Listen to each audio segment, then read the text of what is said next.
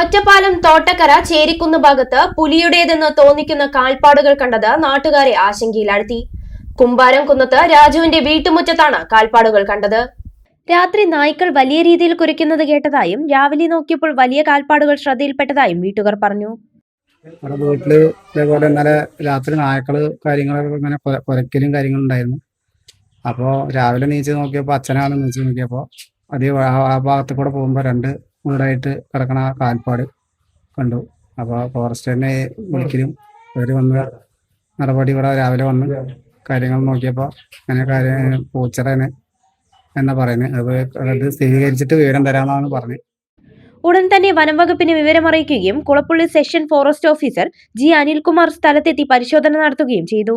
കണ്ടത് പുലിയുടെ കാൽപ്പാടുകളല്ലെന്നും വലിയ കാട്ടുപൂച്ചയുടേതാകാനാണ് സാധ്യതയെന്നും വനംവകുപ്പ് അറിയിച്ചതോടെയാണ് നാട്ടുകാർക്ക് ആശ്വാസമായത്. പുള്ളിയിലെ ഫോറസ്റ്റാണ്.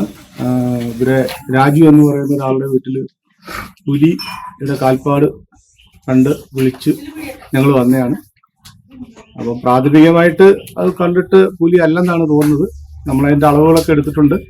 അതിനി മേലിൽ അറിയിച്ചിട്ട് കൺഫേം ചെയ്തായിരിക്കും. പ്രാഥമികമായിട്ട് കാട്ടുപൂച്ച തന്നെയാണെന്നാണ് തോന്നുന്നത്. കാരണം ഒറ്റപ്പാലത്ത് ഇതേപോലൊരു വന്നായിരുന്നു പണ്ട്.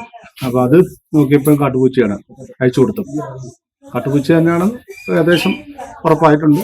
പുലിയല്ലെന്നാണ് എന്തായാലും മേലിൽ അയച്ചു കൊടുത്തിട്ട് വെരിഫിക്കേഷൻ കഴിഞ്ഞിട്ട് പറയാം. സൂര്യയോഗയുടെ പ്രവാചകനായ സൂര്യാജിയുടെ മുഖ്യ കാർമ്മികത്വത്തിൽ 2026 മെയ് 17 ഞായറാഴ്ച ചിനക്കത്തൂർ ക്ഷേത്ര മൈതാനിയിൽ സൂര്യയാഗം നടത്തപ്പെടും.